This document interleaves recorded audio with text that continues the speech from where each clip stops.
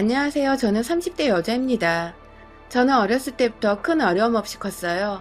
금수저는 아니지만 은수저 정도 됐었거든요. 그렇다 보니 돈에 대해서 그렇게 큰 고민이 없었던 것 같아요. 그래서 남자를 고르는 기준도 돈은 포함되어 있지 않았어요. 나만 사랑해주고 자상한 남편, 자상한 아빠기만 하면 된다라고 저는 예전부터 바래왔습니다. 그렇게 오랫동안 사랑에 목말라 이 사람 저 사람 만나고 사랑하고 이별하고 한참 사람 때문에 힘들어 지쳐갈 때쯤 제 말이라면 죽는 신용이라도 하는 남자를 만나게 되었어요. 그 사람 가진 것도 없고 돈도 없지만 같이 있으면 따뜻하다, 포근하다라는 느낌이 드는 그런 사람이었고 또 준수한 외모와 키를 가지고 있었어요. 저는 그래서 그 사람과 연애를 시작했어요. 그는 제 지인의 친한 오빠였고 일반 작은 회사의 대리였어요. 지인 소개로 알게 되고 몇 번 만나지 않아 저희는 바로 연애를 시작했어요. 서로 잘 통하고 취미도 비슷해서 정말 좋았거든요. 그러다 남자친구에게 좀 큰 사건이 터졌어요. 남자친구가 친구에게 7천만 원 사기를 당한 거예요.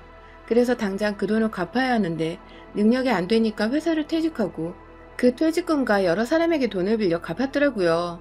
저는 그 사실을 좀 나중에 알게 됐어요. 남자친구가 살던 월세방에 갔다가 집주인을 만나 대화를 하던 중 사기를 당한 얘기와 보증금까지 다 까먹어 이달 말까지 나가라는 말까지 모두 다 듣게 되었습니다.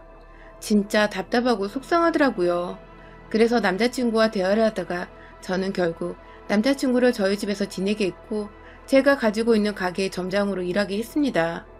제가 20대 중반부터 운영하던 가게가 좀 잘 돼서 지금은 세 곳을 운영하고 있는데 혼자 관리하기도 힘들고 때마침 남자친구도 일을 안 하고 있으니까 그냥 한 지점을 남자친구에게 맡겨버린 거였어요.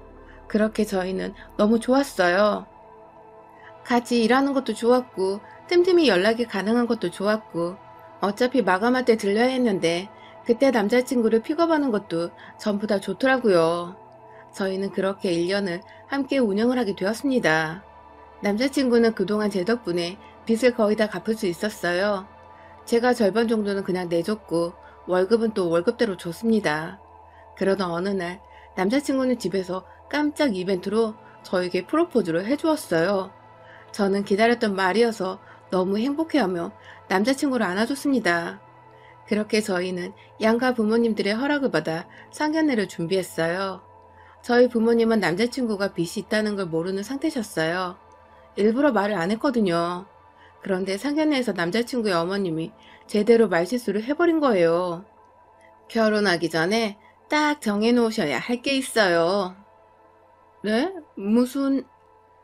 며느리 될 애가 우리 아들빚 갚아준 것도 일자리 준 것도 참 고마운 일이지만 그걸로 평생 울거먹으면 안 되니까 여기서 딱 정하자고요.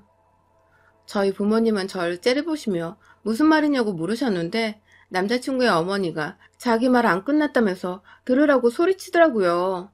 그래서 저희 부모님은 이따 얘기하자면 화를 참으셨어요. 너도 잘 들어라. 결혼 전 일은 결혼 전이고 그 후에는 네가 아무리 돈을 많이 가지고 있었다고 해도 남편으로서 대접해야 하고 또 남편을 섬겨야 하는 거야. 한 가정의 가장이 대우를 잘 받아야 너도 잘 사는 거라고. 알겠지? 저희 부모님들은 어이가 없다면서 혀를 차셨어요. 그렇게 분위기는 돌이킬 수 없을 정도로 망가져버렸고 급히 저와 남자친구는 그 자리를 정리했습니다. 그리고 저는 부모님 집으로 끌려갔어요. 당연히 결혼을 반대하셨고 남편의 직업과 빚을 숨긴 저는 제대로 혼이 났습니다. 일부러 숨기려고 한 건 아니었지만 만나보기도 전에 안 좋은 거 보실 것 같아서 나중에 말하려고 했었던 거였는데 많이 허탈하더라고요. 진짜 부모님께 너무 죄송하고 또 죄송했어요. 한참을 그렇게 혼이 나고서 저는 집으로 돌아왔어요. 남자친구가 먼저 집에 와 있더라고요. 미안해. 어머니와 아버님은 반대하시지. 아니 자기 엄마는 왜 그래 대체? 조심하라고 말씀 안 드렸어? 했는데 혹시라도 내가 책 잡힐까봐 그러셨대. 미안해. 다 내 잘못이야. 무슨 자기 잘못이야. 자기 엄마 잘못이지. 아무튼 내가 다 미안해. 남자친구는 내내 제 눈치를 보면서 미안하다고 사과를 했고 저녁까지 준비해둔 남자친구의 노력에 저는 이 사람이 뭔지냐 싶어 일단 넘어가기로 했어요. 그리고 저희는 다시 저희 부모님에게 허락을 받기 위해서 정말 많이 노력을 했습니다. 일 끝나고 거의 매일 남자친구와 부모님 댁에 가서 얼굴을 비췄고 남자친구는 저에게 더 잘하겠다라면서 어필을 했어요. 그렇게 5개월을 저희 매일 반복했습니다. 그러자 아버지는 인정을 해주시더라고요. 힘들게 얻은 믿음이니만큼 저희는 열심히 잘 살겠다고 말씀드렸어요. 그 후 남자친구네 집에 가서 또 허락을 받았습니다. 근데 또 남자친구의 엄마가 저한테 뭐라고 하더라고요. 너, 내가 저번에도 말했지만 네가 좀 산다고 우리 집이랑 비교하면서 네 남편 깔볼 생각 하지도 마라. 너, 내가 지켜볼 거야? 아니 엄마 왜 그래요? 아니라니까. 너, 여기 오는 길에도 제가 뭐라 했니? 왜 이렇게 살이 빠졌어? 살 안 빠졌고 쪘어. 그니까 그만하세요 엄마. 저는 잘 보고 싶으니까 진짜 화가 머리 끝까지 나는 걸 꾹 참고 어머님 비위를 다 맞춰드렸어요. 그리고 제가 선물을 내밀자 그때 돼서야 얼굴에 웃음꽃이 피더라고요. 진짜 그렇게 태세 전환이 빠른 사람은 태어나서 처음 봤어요. 그래서 이러한 고민들을 친구들한테 털어놨더니 시댁들은 다 돈 주면 조용하고 안 주면 난리라고 하더라고요. 그래서 저는 다 그렇게 사는 줄 알았어요. 그래서 시어머니 눈치를 엄청 보면서 살았어요. 결혼 후부터 진정한 시월드가 시작됐거든요. 시어머님은 돈도 없으면서 친구들한테 엄청 자랑하는 걸 좋아했어요. 그래서 제 가게에 맨날 많게는 30명 넘게 적게는 평균 15명 이상 데리고 오기 시작했습니다. 여기야 내 아들 카페야. 크고 예쁘지? 요즘은 커피숍에서 밥도 판다고. 먹고 싶은 거 다 시켜. 우리 아들이 다 공짜로 줄 거야. 공짜. 예, 여기 와서 주문 좀 받아라. 요즘 누가 자리에서 주문을 하냐고요. 한참 바쁠 시간에 와서 자꾸 저러니까 어쩔 수 없이 알바생도 한 명 더 구하게 됐고 또 시어머니의 패거리가 너무 시끄러워서 자주 오던 단골들도 다 발길이 끊어졌습니다. 진짜 열받는데 시어머니한테 말을 어떻게 하겠어요. 그래서 남편에게 이러다가 매출 잘 나오던 가게를 접게 될까 두렵다고 한탄을 했어요. 그리고 남편이 그걸 시어머니한테 말을 한 거예요. 다음날 시어머님이 잔뜩 선한 얼굴로 일하고 있는 저를 찾아오셨어요. 그리고 카운터에서 아주 소리를 아주 미친 듯이 지르더라고요.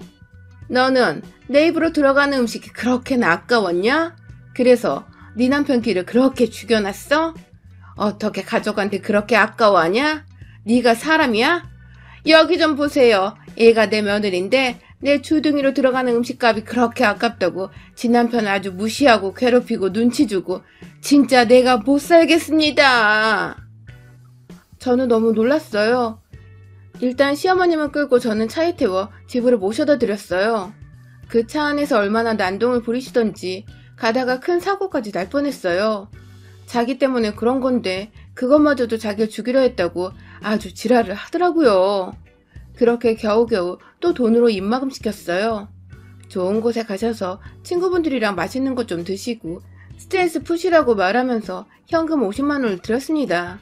그제서야 이제야 말이 통하네. 네가 주니까 받는 거다. 내가 달라고 안 했다. 이걸로 또 생색내생각 하지도 말어. 라면서 방으로 들어가시더라고요. 진짜 제가 제대로 돈줄이었어요. 그런 식이다 보니까 얼마 안 돼서 저는 진짜 가게 하나를 접게 됐어요. 매출도 매출대로 떨어져 버렸고 운영비나 인건비가 부담스러운 적이 단 한 번도 없었는데 이제 점점 힘들더라고요. 그래서 하나는 제가 맡고 하나는 남편이 제대로 맡아서 해주기로 했습니다. 원래는 돈 관리도 매장 관리도 식재재 관리도 다 제가 했었는데 이제 정신적으로 체력적으로도 딸려서 못하겠더라고요. 좀 부담을 하고 나니 살만했어요. 그렇게 몇 개월 동안 조용히 잠잠하게 저희는 지냈어요. 제가 스트레스를 조금 덜 받으니 살만하더라고요. 그런데 남편이 맡고 있는 지점에 주변 지인들이 자꾸 연락을 해오더라고요. 혹시 가게 팔았어? 아니요, 남편이 하고 있어요. 아, 그래? 이런 전화들이 자꾸 오니까 무슨 일인가 싶어 물어봤더니 새로운 알바생인 것 같은데 자꾸 가게 주인처럼 행동을 하길래 이상해서 한번 물어봤다고 하더라고요.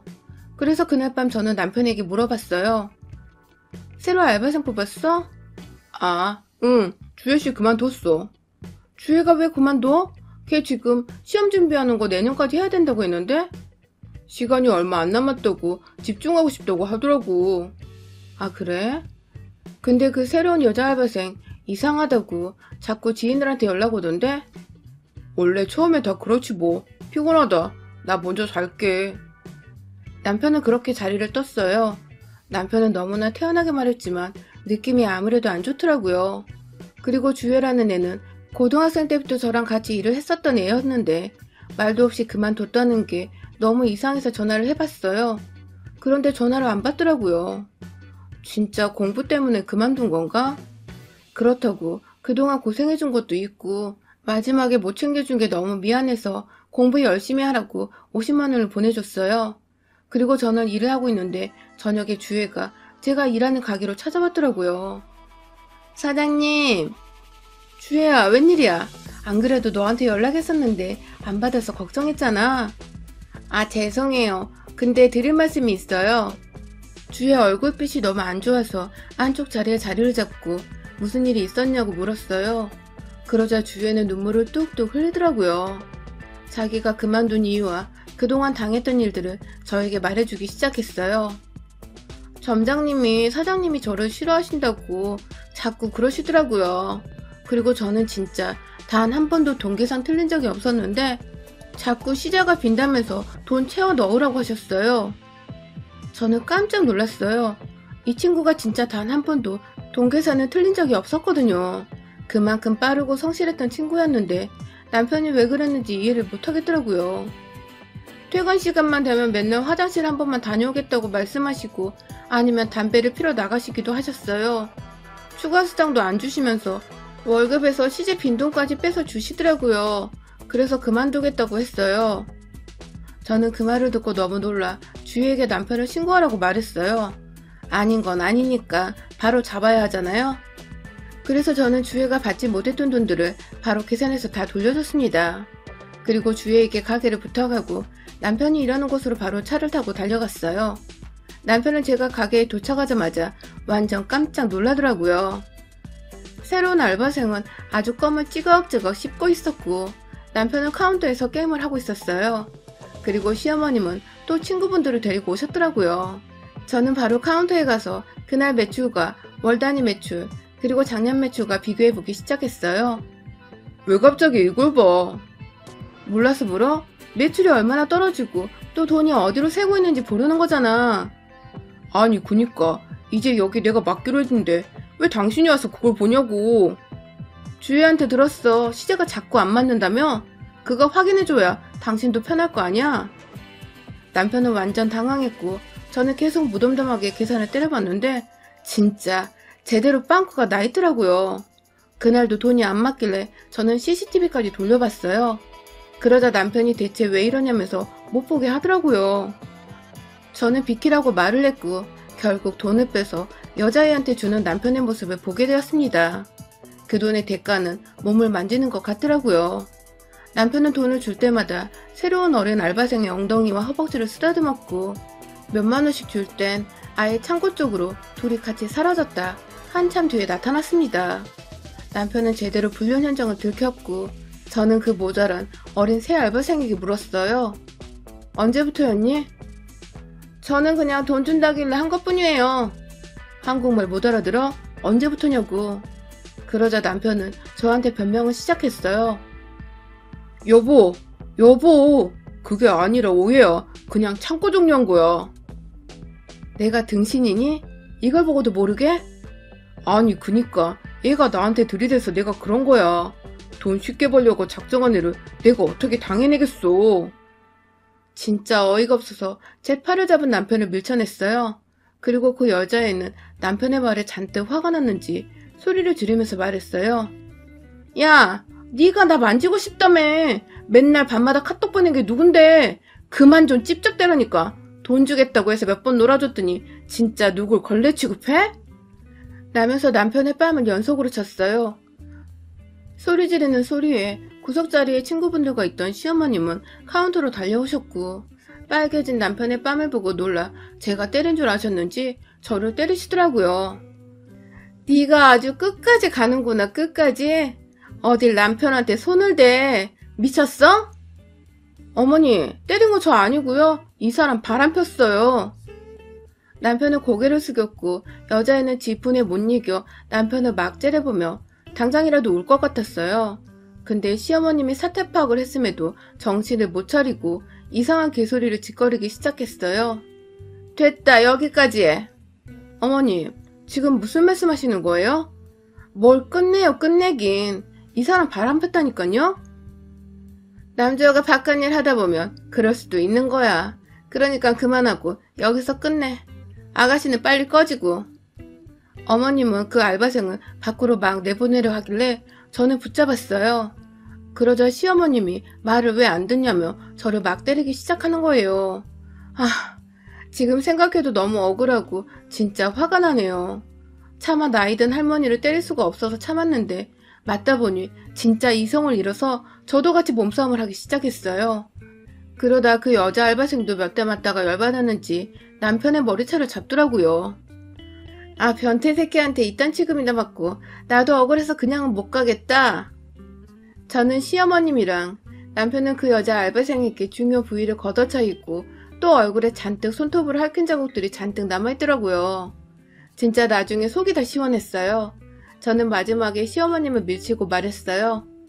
다 나가. 내 가게에서 꺼져. 아주 화가 잔뜩 난 얼굴을 고소하겠다고 말했더니 다들 잔뜩 쫄아버렸어요. 시어머님 지인들은 눈치를 보며 사라졌고 여자애는 자긴 잘못이 없다면서 봐달라고 빌길래 연락처를 받고 보냈습니다. 그리고 시어머님과 남편도 나가려고 하길래 당신은 지금 들고 있는 차키 두고 가고 어머님은 쳐드신 거 다 계산하고 가세요. 그리고 당신은 내일까지 내 돈으로 누렸던 것들 다 두고 집 나가.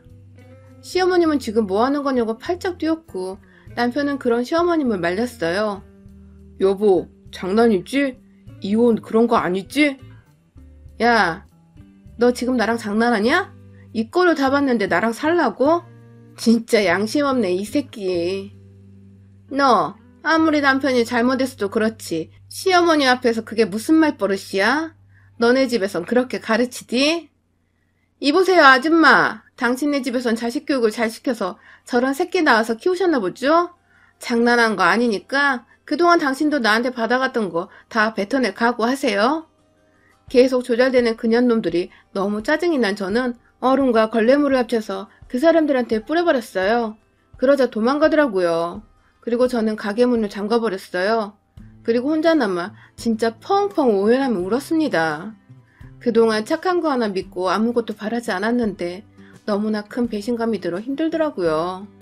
어떻게 해야 할지 모르겠고 진짜 부모님 얼굴밖에 떠오르지 않았습니다. 너무 죄송스럽고 별 면목이 없었어요. 그렇게 잘 살겠다고 약속해놓고 이런 꼴이라니 진짜 너무 속상하고 슬프고 힘들고 말로 설명할 수 없는 그런 감정이었어요. 그리고 전 결심했습니다. 이 사람과 이혼을 하기로요. 그런데 합의혼을 하게 되면 재산 분할을 해야 되는데 얌전히 포기할 사람들이 아니었어요. 그래서 저는 이혼 소송을 하게 됐어요. 그러자 남편은 저에게 울고불고 매달렸지만 저는 용서가 되지 않았어요. 시어머님은 절대 이혼은 안 된다며 자꾸 저에게 찾아왔지만 저는 가게 문까지 닫고 상대를 해주지 않았습니다.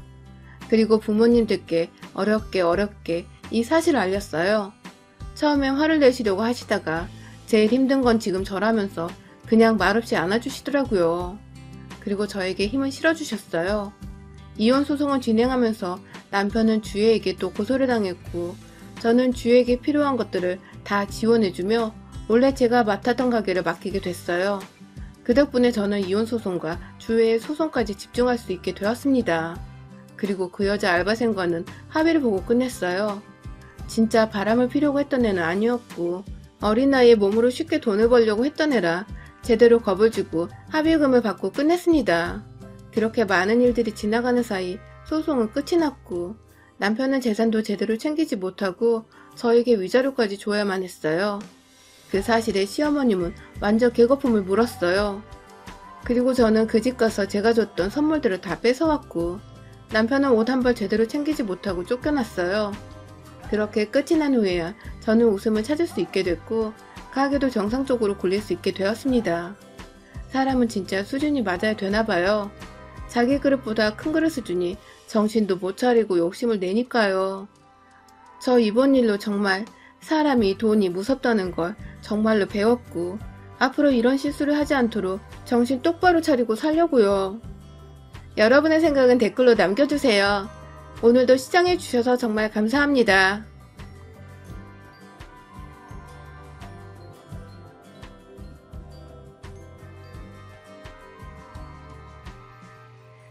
안녕하세요. 저는 서울에 살고 있는 30대 중반 여자입니다. 와, 정말 차오르는 화가 아직도 가라앉질 않아서 큰일이네요. 이 화를 이미 친구들이며 가족들이며 모두에게 풀어가며 풀어보려고 했지만 그래도 성에 차질 않아서 이렇게 사연을 들고 유튜브에 나타났습니다. 부디 제 사연이 채택되어 널리 퍼져갔으면 좋겠네요. 저를 이렇게 화나게 만든 사람, 화가 나다 못해 며칠째 가라앉지도 못하게 만든 그 당사자는 바로 다름 아닌 제 신우이랍니다. 제 위로 딱 4살이고 이제 막 형님이라고 부르기 시작한 사람 말이죠. 저는 얼마 전에 결혼식을 치렀습니다. 네, 바로 며칠 전에 결혼식을 치렀죠. 정말 꿈에 그리던 결혼식이었어요. 제가 결혼은 못해 안달인 사람까지는 아니었어도 결혼하게 된다면 꼭 상상했던 것만큼 잘 치러내고 싶었거든요. 대다수의 여성분들이 그렇듯이 말입니다. 간단히 제 소개를 하자면 저는 어릴 적부터 그리 외향적인 사람이 아니었어요. 오히려 내향적인 성격에 가까웠고 그래서 학교 다니며 사귀는 친구들도 소수뿐이었답니다. 반에서 단짝 친구를 사귀어 오래도록 친하게 지내가는 편이었어요. 외모에 자신감도 없었고 공부를 그리 잘하지는 못했지만 그래도 타고난 손재주는 있었는지 미대를 졸업하고 지금은 괜찮은 광고회사에서 밥벌이는 잘하고 살고 있습니다. 솔직히 말씀드리면 제 능력으로 번 돈으로 성형수술도 2번 받았고 지금은 자신감까지는 못하더라도 제 얼굴에 만족을 하고 살고 있어요. 지금의 제 남편도 성형수술을 하고 난 후에 소개를 받나 만나게 되었고 결혼을 하기 전에는 당당히 성형수술에 대해서 고백을 했습니다. 사실 남편이 먼저 수술했냐고 알아차리듯 물어봐서 얼떨결에 고백을 했는데요. 남편이 상관없다고 하더라고요. 그러니 어쩌겠어요. 저도 그러려니 하며 만나다 보니 서로 결혼까지 약속을 하는 깊은 사이가 되었죠. 앞서 말씀드렸듯이 저는 외향적인 성격이 되지 못했는지라 결혼식 자체에 대한 걱정도 컸습니다. 많이 떨리고 긴장되어 아빠랑 같이 걸어 들어가다가 울기라도 하면 어쩌나 싶어서 말이죠. 하지만 무엇보다도 결혼이라는 식 자체에서 다가오는 설렘이 가장 컸어요. 어릴 적부터 내향적이던 나를 가장 가까이에서 봐주고 인연을 만들어온 친구들을 모두 다 초대할 것이었고 또 워낙 발이 넓은 아빠 때문에 여기저기서 제가 결혼을 한다며 찾아올 친인척들과 지인분들도 많을 것이었거든요. 나를 아는 그 모든 사람들 앞에서 웨딩드레스를 입고 식을 치른다니 상상만 해도 긴장이 되는데 그만큼 설렜습니다. 내가 평생 살면서 이런 관심과 주목을 언제 또 받아보겠나 싶었으니까요. 그래서 정말 열심히 준비를 했어요. 제가 키가 좀 큰 편이어서 살이 조금만 쪄도 떡대가 확 커지는 체형이었거든요. 그럼에도 큰 불편함은 느끼지 못해서 지금껏 다이어트라는 걸 해보고 살지도 않았는데요. 결혼을 한다는 이유만으로 잘 보이고 싶고 또 예뻐 보이고 싶은 마음에 열심히 다이어트도 했답니다. 그래서 살을 무려 1, 2kg도 아닌 12kg를 뺐어요. 떡볶이라고 하면 환장하는 저인데 떡볶이는커녕 떡조차 입 근처에 대지도 않으면서 지옥 같은 4달을 보냈답니다. 그러면서 드레스도 맞추고 하객들한테 청첩장도 돌리고 직장도 다니고 하여간 제 인생에서 이렇게 열심히 살았던 적이 또 있었나 싶었을 정도로 꽤나 독하고 빠듯하게 살았었어요. 그리고 이런저런 누구보다 가까이에서 지켜보며 제가 바쁜 줄 알던 한 사람이 있었습니다. 바로 이 글의 주인공이던 형님이셨죠. 화나니까 이 글에서는 형님이란 존칭보다는 신우라고 부를게요. 신우는 제 결혼식에 처음부터 당일날까지 관심이 많았어요. 신부가 결혼식에 대해서 신경을 쓰는 정도가 95 정도라면 신우는 99.9에 가까웠을 정도였죠. 남편이랑 제가 둘 다 집이 지방이어서 자취생활을 했습니다. 남편은 직장을 다니며 서울에서 살기 시작했지만 저는 대학 때부터 혼자 살았으니 자취생활이 제법 길었어요. 신우의 경우에는 쭉 지방에 살다가 결혼하며 아주버님을 따라서 서울로 이사와 살게 된 케이스였고요. 남편이랑 본격적으로 집안 인사를 가기도 전에 신우가 저를 보고 싶다며 연락을 해왔어요. 남편을 통해서 말이죠. 같이 서울에서 집 떠나 살고 있고 또 마침 신우가 사는 동네가 제가 자취를 하며 살던 동네랑 가까워서 저도 흔쾌히 만나기로 했답니다. 그렇게 문제의 신우하고 첫 만남이 성사되었죠. 본인의 집으로 초대를 했는데요. 처음 보는 사람을 손님으로 초대한 사람이 집에서 음식을 안 해놓은 거예요. 집은 개판이었고요. 신우가 아들 하나를 키우고 있는데 이런 말을 하면 안 되는 줄 알지만 정말 너무 산만한 아이였습니다. 처음 보는 저한테 반말을 하길래 거기까지는 어린아이 애교겠구나 싶었어요. 근데도 아이의 반말이나 산만한 행동에 제지를 안 하더라고요. 저한테 장난이라면서 발길질까지 하던 모습에 놀랐는데 그런 모습에 하지 말라 혼을 내기는커녕 뭐 먹고 싶어? 라면서 얘가 이쁘다고 이마 뽀뽀를 하더라니까요. 그러니 저는 내가 동네북도 아닌데 왜 이런 취급을 받는 건가 싶어서 기분이 별로였고요. 아무튼 그날 저는 신우가 배달시켜주는 음식을 얻어먹었습니다. 그것도 처음에는 저한테 직접 요리를 해보라는 개소리부터 했어요. 자취생활을 오래 한 사람들은 요리 실력이 좋을 수밖에 없다면서 한번 얻어먹어보자는 말을 뻔뻔하게 하더라고요. 하지만 저는 요리의 요자도 모르는 사람이었습니다. 그러니 망설일 수밖에 없었고 중간에서 구세주처럼 나타난 남편이 배달 음식을 시켜먹자고 한 바람에 겨우 밖에서 요리를 시켜먹을 수 있었어요. 남편 핸드폰으로 배달 음식을 시켰기 때문에 당연히 돈은 남편이 냈고 그날 집으로 초대한 신우는 저희한테 애들까지 봐달라고 하면서 지 혼자 드러누워 아 좋다 나는 감탄사를 남발했답니다. 제가 새 식구로 들어올 세 사람인데 제 앞에서 기본적인 예의조차 보이질 않는 신우가 정말 무개념의 끝판왕이구나 싶었죠. 가뜩이나 내성적인 제가 어떻게든 친해져 보려고 무진장 노력을 했는데요. 그런 모습이 보였을 텐데도 신경을 쓰기는커녕 밥조차 해놓지 않은 신우가 처음부터 마음에 안 들 수밖에 없던 이유기도 했고요. 그런 신우하고는 살면서 얼마나 만나겠나 싶었습니다. 사는 동네가 비슷하긴 했으나 저희가 결혼하며 남편과 제 직장 사이로 전세를 잡아 이사를 갈 예정이었기 때문에 더 이상 이웃 사촌이지도 않았죠. 그러니 저는 잠시 신우에 대한 긴장의 끈을 푼 채로 결혼 준비에 다이어트까지 한다고 혼자만의 싸움을 하며 바쁘게 살았네요. 그러다 이 진상 신우가 제 신경을 건드리기 시작했던 건 결혼을 코앞에 둔 때부터였습니다. 지금부터 꼴랑 2주 전부터 말이죠. 중간중간 남편을 통해 또 만나고 싶다고 연락을 취해왔었고 남편한테 아예 제 카톡을 알려달라면서 물어보기도 했어요. 다만 남편은 바로 신우에게 답을 하지 않은 채 저를 거쳐서 꼭 제 의사를 물어봐줬고 저는 그때마다 나중에 만나겠다며 나중에 알려주겠다며 하면서 대답을 회피했습니다. 첫 만남부터 그리 좋지 않았던 신우인데 저를 또 만나고 카톡까지 알아내서 나눌 대화가 뭐가 있겠나 싶었기 때문이죠. 그래서 더 가까워지는 걸 조금이라도 늦춰보고자 했어요. 적어도 중대한 결혼식을 코앞에 둔 시기까지만이라도 말이죠. 하지만 신우의 연락은 끝도 없었습니다. 데이트를 하고 있다고 하면 바로 남편한테 전화를 해서 옆에 있는 저를 바꿔달라고 보채기까지 했어요. 하루는 너무 희한하게 굴길래 도대체 무슨 용건 때문에 나랑 이리 대화를 하려 하나 싶어서 전화를 바꿔봤어요. 그리고는 잘 지내시냐 물었더니 신우가 그러더라고요. 그렇게 비싸게 굴다가 나중에 큰일 난다 너 라고요. 이 쌀벌어디 쌀벌한 말을 웃음기 하나 없이 뱉어내는데 등골이 오싹하더라고요. 내가 도대체 뭐해서 비싸게 굴었다는 건가 싶기도 하고 언제 봤다고 이런 말을 충고하듯 뱉어내는 건가 싶어서 또 기분이 별로였네요. 제가 내향적이긴 해도 이렇게 참고 또 참다가 욱하는 순간에는 뒤도 생각 안 하고 폭발하듯 뱉어내는 사람인데요. 이러다가는 신우랑 제대로 한판 뜰 수도 있겠구나 싶어서 솔직히 저 스스로에 대한 걱정으로 긴장이 된 것도 있었답니다. 그렇게 별별 생각을 다 해가며 준비하고 있던 결혼식이었고 그 결혼식을 2주 앞뒀던 날 신우한테서 바로 연락이 왔어요.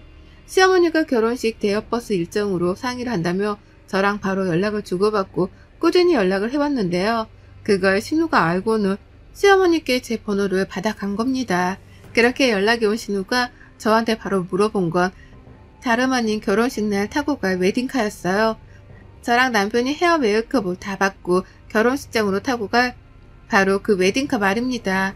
결혼식이 끝나고 나서 그 차를 타고 인근에 있는 호텔로 가 하룻밤을 묵고 다음날 신혼여행을 떠날 계획이었죠. 신혼여행을 먼저로 못 가고 저렴하게 나온 일본행 비행기 티켓을 예약했습니다. 신우는 웨딩카가 어떻게 생긴 거냐고 묻더라고요. 질문 자체가 처음부터 너무 황당했죠. 웨딩카가 생긴 겉모습을 묻는 건지 아니면 웨딩카를 굳이 대여해서 식장으로 들어간다는 나를 비꼬고도 물어보는 건지 헷갈리더라고요. 신우 성격이라면 충분히 그럴 수도 있겠다 싶었습니다. 그래서 대답을 머뭇거리다 웨딩카가 궁금하세요? 라고 되물었어요. 그러자 신우가 그러더라고요. 나는 결혼할 적에 웨딩카를 타보지 못해서 요즘 사람들 결혼하는 모습이 낯설어서 그래. 우리 애도 궁금해하고. 라고요. 그 말을 듣자마자 머리가 띵했습니다. 저랑 무슨 10살 차이가 나는 것도 아니고 꼴랑 4살 차이밖에 나질 않으면서 요즘 사람이라면 저를 칭하는 게 황당했죠. 본인 결혼식 때도 충분히 웨딩카는 옵션으로 선택을 할 수 있었지만 자기가 안 해놓고 신기해하는 것도 웃겼고요.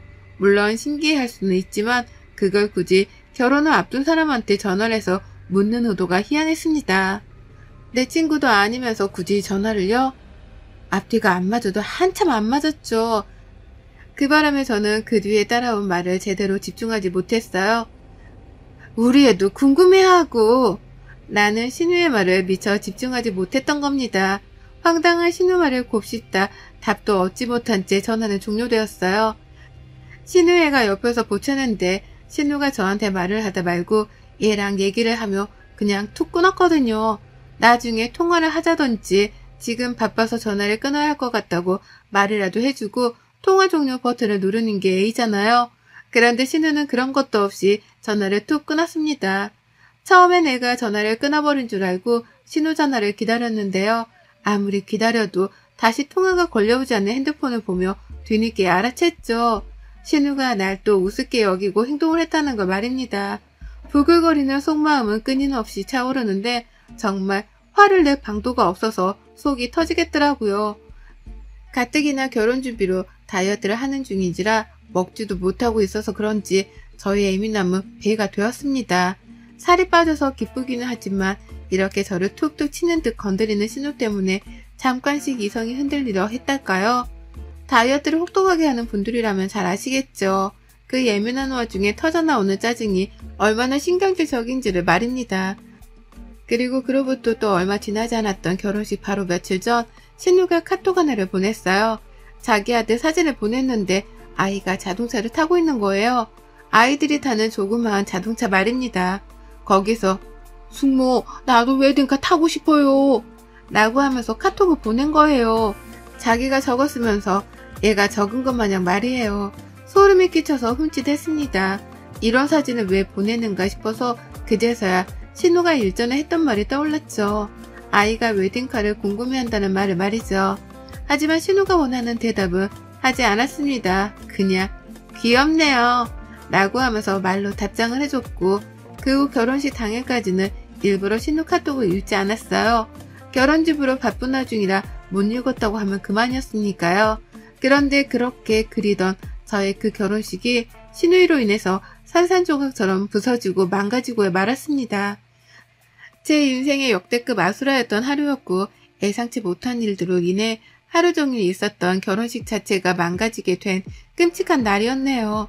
결혼식 당일 메이크업을 받으려고 아침 일찍 일어났습니다.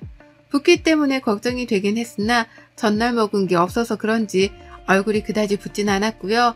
중학교 친구 3명이 메이크업 받는 곳까지 따라와 준 덕분에 왁자지껄 웃어가면서 즐겁게 하루를 시작했습니다.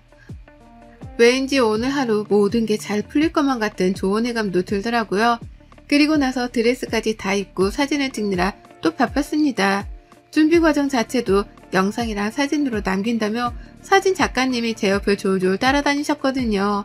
남는 게 사진이랑 동영상이라는 생각에 저랑 친구들 그리고 남편도 열심히 촬영에 응했죠. 식장으로 가는 길도 같이 웨딩카 타고 가서 내리는 모습까지 찍을 예정이었고요. 근데 환청이 들리더군요. 뒤에서 누가 막 삼촌 라면서 부르는데 그 어린 목소리가 너무 익숙한 거예요. 친구들의 시선이 저한테 향해 있다가 일제히 뒤로 쏠렸고 그 바람에 저도 친구들을 따라서 뒤로 돌아봤습니다. 그리곤 하늘이 무너지는 줄 알았네요. 이 기분 좋아야 하고 설레기만 해야 할 타이밍에 신우랑 신우 아들이 샵에 와 있는 겁니다. 그 목소리는 신우 아들이었어요. 삼촌이라고 부르면서 제 남편을 찾길래 남편이 당황하며 어떻게 왔어? 뭐야? 왜 왔어? 라고 몇 번이고 질문을 해댔어요. 남편도 당황했던 거죠. 초대한 적도 없는 누나가 결혼식 주인공들이 가꾸고 있는 샵까지 쫓아왔으니 말입니다. 그리고 그 뒤를 이어서 신우가 무슨 이날의 주인공 마냥 걸어 들어오더라고요. 아유 멋있다. 결혼하는 신랑답네. 라고 하면서 저 멀리서부터 샵이 떠나가라 소리를 지르더니 저를 보고는 친구들까지 보다가 예쁘네. 라고만 인색한 칭찬을 하고 말았습니다. 그러면서 남편한테 뭐라 말을 했는데 제가 차마 듣진 못했지만 남편의 표정이 구겨지는 걸 분명 봤었어요. 신우가 남편 성질을 건드리고 있구나 싶어 예감이 안 좋았고 도대체 저 사람이 왜 여기까지 쫓아온 건가 싶어서 속이 답답했죠. 친구들까지 신우용을 봤고요. 신우는 끝까지 저희와 함께 했고 샵을 나서는 그 순간에도 저랑 같이 나섰습니다. 옆에서 도와주지도 않고 예쁘다고 계속 칭찬해주는 것도 아니었어요. 그냥 옆에서 저를 따라 나오더라고요. 옆에서 친구들이 드레스를 잡아주고 옆에서 사진 작가님이 촬영을 해주느라 바쁜데 옆에서 그 사진 안에 자신도 나오고 싶은 건지 얘 손을 꼭 잡고선 졸래졸래 따라다녔습니다. 오죽했음 작가님이 조금 비켜달라는 말까지 하셨겠냐고요. 그 정도로 분위기상 어울리지도 않고 왜 있는지도 모르겠는 사람이었습니다. 근데 뭔 일이 터진 줄 아세요? 웨딩카에 타는 순간 제가 타는 뒷좌석 차문 반대편에서도 차문이 열리더라고요. 순간 제 뒤에서 제 드레스를 잡아주고 있던 신랑이 건너편으로 날아간 줄 알았습니다. 뭐지? 하고는 앞을 쳐다봤는데 애가 타더라고요. 제가 아직 자리도 잡지 않은 차 안에 신우애가 먼저 올라탄 겁니다. 그걸 타고서 같이 식장까지 가겠다고 말이에요. 차를 타려다가 말고 뒤돌아 남편을 쳐다보니 남편은 제가 말을 하지 않아도 눈치를 챈 건지 덩달아 당황해하면서 신우애를 불렀습니다. 안 돼. 여기는 삼촌이랑 속 못하는 차니까 엄마 라고까지 말을 했어요. 그리고는 그 뒷말을 더 잊지 못했답니다. 신우한테 가라고 애를 불러다 가르치고 있는데 아이의 뒤를 이어서 신우가 차에 올라탔거든요. 네, 신우는 제 결혼식장으로 가는 제 웨딩카에 지 자식을 불러다가 함께 타고 가겠다고 같이 올라탔답니다. 남편이 뭐 하자는 거냐면서 신경질을 내기 시작했는데도 신우는 아랑곳하지 않았어요. 우리 애가 이거 타고 싶다고 얼마나 노래를 불렀는데 아유 이제 그때를 안 들어도 될 생각을 하니 살 것 같네. 자 마음껏 구경해. 라고 하면서 천장이 좀 높았던 차 안에서 얘를 급기야 시트 위에 신발을 신긴 채로 세우더라고요. 당연히 애는 허리를 펴지 못한 채 숙여야 했지만 그게 또 신난다면서 시트 위에서 신발을 신고 막 방방 뛰었습니다. 결국 저는 웨딩드레스가 더럽혀질 걱정까지 하며 진짜로 차에 올라타지를 못했고요. 뒤에서 보다 못한 샵 직원분이 물티슈를 가지고 나와 신우한테 말을 했죠. 신랑 신부 앉아야 하는데 이러면 라고 소심하게 말이에요. 그러니 신우는 에휴 얘가 차에 좀 타는 거 가지고 누가 뭐라 해요? 라면서 오히려 그걸 이해 못해주는 나머지 사람들을 희한하다는 듯 되물었고요. 결국 저는 웨딩카에 타긴 탔는데요. 시간이 촉박해서 탔을 뿐 옆에는 신우랑 신우의 반대편에는 신랑까지 더해서 총 4명이서 낑긴 채로 식장을 향했답니다. 차 안에서 시끌벅적하게 떠들어대는 신우애랑 같이 사진도 찍혔고 남편의 닭달 덕분에 신우가 신우의 신발을 벗기긴 했는데요. 아유 진짜 그냥 이 상황 자체가 너무 열받고 빡쳐 미치겠더라고요. 이게 진짜 나를 얼마나 호구로 보면 지 애를 데리고 식장 가는 웨딩카 안에 허락도 없이 태울 생각을 하나 싶어 말입니다. 결국 저는 차 안에서 남편이랑 말 한마디를 안 했고 사진 작가님이 웃어달라 하는데도 그냥 대답을 안 했어요. 그러니 작가님까지 제 눈치를 보다 결국 촬영을 포기하셨고 결혼식은 시작도 전에 개판이 되어갔답니다. 웨딩카에서 내리면서도 최대한 표정 관리를 하려 했는데 얘가 갑자기 제 드레스 위를 건너서는 내 쪽 차문을 열며 나서더라고요. 그걸 신우가 잡겠다면서 저를 짓누르며 자기 애를 잡았는데 그 과정에서 드레스도 짓눌려지고 저도 표정을 찡그리느라 난리 법석이었어요. 신우는 끝까지 미안하단 말을 안 하고는 어머, 쟤 너무 신나서 저러는 거 좀 봐! 라고 하며 그저 흐뭇해만 하더라고요. 지 자식한테 소원 성취를 해줬다는 생각에 자만심이라도 빠진 건지 좋아 죽을 맛인 표정만 지어댔습니다. 저요, 식장 도착해서 웨딩카에서 제대로 내리는 사진조차 건지지 못했어요. 결혼 내내 표정이 어두웠고 눈앞에서 알짱거리는 신우만 보면 쌍욕이 나오려는 걸 겨우 참았습니다. 그렇게 억지로 결혼식을 마무리하고 결국 아쉽다며 작가님이 결혼식이 끝난 후에 또다시 웨딩카를 세워서는 거기서 촬영을 해주셨어요. 부모님도 제 기분이 안 좋아 보인다며 걱정을 했고 친구들은 이미 제 속사정을 다 아는지라 저랑 같이 신우를 노려보기 바빴죠. 남편은 죄인과도 다름이 없었고요. 결국 모두가 행복하지 못한 결혼식이었습니다. 저마다 고민이나 분노를 가진 채로 결혼식을 지켜봐야 했고 저는 결국 모든 게 끝난 후 신우를 불러냈습니다. 남편이 뜯어 말리려는 걸 제가 말려가며 저 멀리 애를 데리고 집에 가려 하는 신우를 야, 너! 라는 반말로 불러냈던 거죠. 난리도 아니었어요. 시부모님이 놀래 자빠지려 하고 저희 부모님은 제가 무슨 일에 저리 화를 내나 싶으셨는지 저를 따라오는데 저는 아무 생각도 못한 채 신우를 불러내자마자 소리쳤습니다. 너 때문에 망친 결혼 어떻게 책임질 거야? 네가 다 물어낼 거야? 네가 촬영 다시 시킬 거야? 너 때문에 표정 관리 안 되고 기분 잡쳐서 하루 종일 결혼식이고 뭐고 개판이 되었잖아. 너 뭐야? 자식 키울 거면 똑바로 키워. 밖에서 남한테 피해줄 생각하지 말고 너 딴 게 부모라고? 라고 말이에요. 앞에 시어머니도 계셨고 저희 부모님도 있었습니다. 제가 소리쳐 신우를 부르는 바람에 남편도 바로 저를 따라와 있었고 친구들은 이미 제 속마음을 일전에 들어서 마음의 준비를 한 채 제 옆에 모여 있었죠. 다 같이 신우를 째려보면서 말이죠. 신우는 제 입에서 속사포로 터져나온 유혹을 들으며 마찬가지로 놀랐고 자기가 뭘 잘못해서 이러냐면서 오히려 당황해하기까지 하며 난감해했어요. 평생 제 입에서 자신을 향한 욕이 안 튀어나올 줄 알았던지 저의 다혈질적인 성격에 놀래기도 해보였고요. 친구들이랑 같이 서서 신우를 노려보니 신우는 자기가 불리하다 싶었는지 시어머니를 괜히 쳐다보며 도움을 요청하려 하더라고요. 엄마, 얘 봐. 얘 나한테 말하는 뻔세 좀 봐. 라고요. 하지만 저는 그 자리에서 쐐기를 박았습니다. 너는 내가 결혼하는 그 첫날에 망친 장본이냐. 내가 평생 용서해줄 것 같아? 오늘 나한테 한 이 짓거리 때문에 내가 평생 너를 신우 대접이나 해주나 봐라. 애초에 대접해줄 마음도 없었지만 넌 내가 인간 상종도 안 하고 살 줄 알아. 그거 알았으면 이제 내 눈앞에 띄지도 마. 재수 없으니까. 라고 하면서 그 공간이 메아리가 칠 정도로 괴성을 질러가며 신우의 귀에다가 질러댔습니다. 남편은 저를 말리며 안았고 옆에서 친구들은 한마디씩 거들며 저를 위로했어요. 그제서야 신우가 저한테 무슨 잘못을 했다는 걸 눈치챈 저희 부모님과 제 친정 식구들의 표정은 쌀벌하게 굳어졌고 결국 시아버지가 보다 나서서는 신우한테 사과를 하라고 시키시더라고요. 정확히 무슨 잘못을 했는지도 모르시면서 분위기상 신우가 잘못했다는 것 정도는 눈치를 채고서 사과를 하도록 종용하신 겁니다.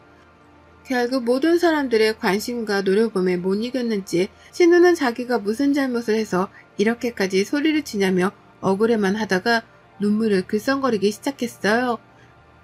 그 모습에 저는 놓치지 않고 또다시 욕을 뱉어가며 내 결혼식을 망친 장본인이라 도장을 콱콱 눌러 찍어줬고요. 그리고 그 끝에 신우는 결국 눈물을 훔치면서 먼저 도망치듯 가버렸답니다. 그 뒤로 시어머니가 미안하다 대신 사과를 해가면서 뒤쫓아갔고 남은 시아버지는 저희 부모님께 가서는 뭔 일인지는 모르지만 저희 애가 큰 실수를 한 것 같네요. 죄송합니다. 라고 연신 사과를 하셨어요. 그렇게 신우의 무개념스러운 부모짓 덕분에 죄 없는 시부모님까지 나서서 사과를 해야만 하는 초유의 사건이 터졌었답니다. 일생일대의 중요한 결혼식이었고 그 어느 때보다도 행복해야 할 결혼식이었는데 그렇게 분노와 소리침으로 마무리가 되었어요. 저는 속마음을 질러 속이야 시원했지만 두고두고 아쉬운 마음에 지금도 화가 나 죽겠습니다. 되돌릴 수 없는 결혼식이라는 걸 너무나 잘 알기 때문에 그런 거겠죠. 하루빨리 결혼식 날 있었던 일들을 잊어야 할 텐데 여전히 남편만 보면 그 얼굴을 빼다 닮은 신우가 생각나 열불이 나네요. 이게 언제쯤 사라질런지 저는 오늘도 사연을 써서 곱씹어가며 분노를 삼키고 있답니다. 신우 너 진짜 길 가다가 마주쳐도 아는 척 할 생각도 하지 마. 여러분의 생각은 댓글로 남겨주세요. 오늘도 시청해 주셔서 정말 감사합니다.